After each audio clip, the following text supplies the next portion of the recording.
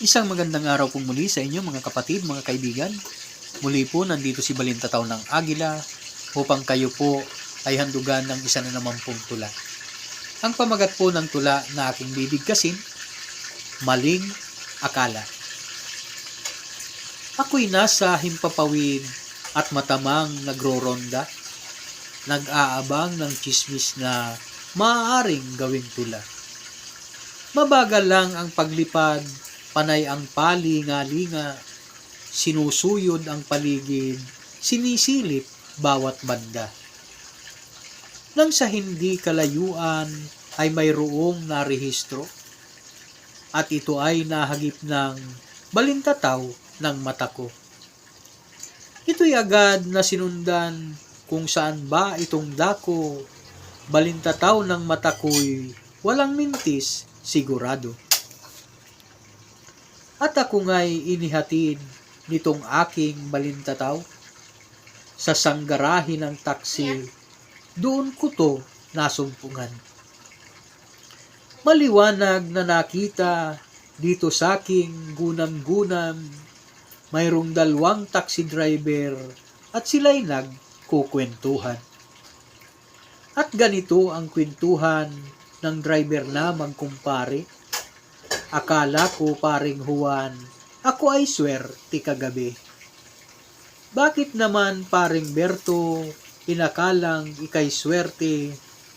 Hayaan mong ang kwento ko sa iyo ay ibahagi. Ito kasi ang nangyari dun sa biyahe ko kagabi, habang aking binabaybay kahabaan ng Malate. Mayroong naging pasahira, saksakan ng ganda't sexy. Saan ka ba ang tanong ko? Ganto ang kanyang sinabi. Kantutin nyo lang po ako, ito ang kanyang sinabi. Ano ba yan paring Pedro? Sobra naman ang iyong swerte. Pwede ba na ang kwento mo, bilisan pa ng kaunti? Katawan ko'y nangangatal, tila nais na maihi. Makinig ka kasi pare, wag mo akong apurahin. Hitungat ang kwento ko'y nais ko nang madaliin.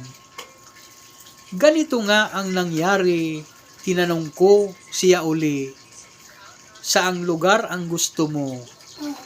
Sabihin mo nang madali. Ganito ang sagot niya, ako na po ang bahala. Ituturo ko ang daan, akin kayong igigiya. Kabisado ko ang daan, huwag kayong mag-alala. At siya ay nagtanong muli kung magkanong babayad niya. At ang sagot ko sa kanya, huwag ka nang magbabayad. At siya naman ay sumagot, ang sabi niya ay salamat. Nang masabi niya ito, ay hindi na nga nagluwat. Ang sabi niya ay sa kanto lang, at bumaba siya kaagad.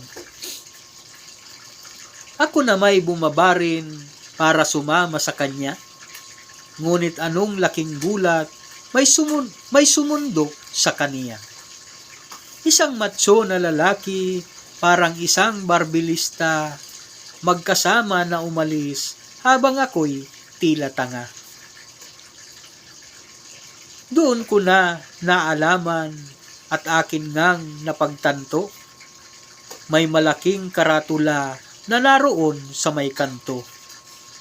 Malinaw ang nakasulat sa Ingles at Pilipino, Cornertinho kung sa Ingles, sa Tagalog, Kantutinho. Salamat po.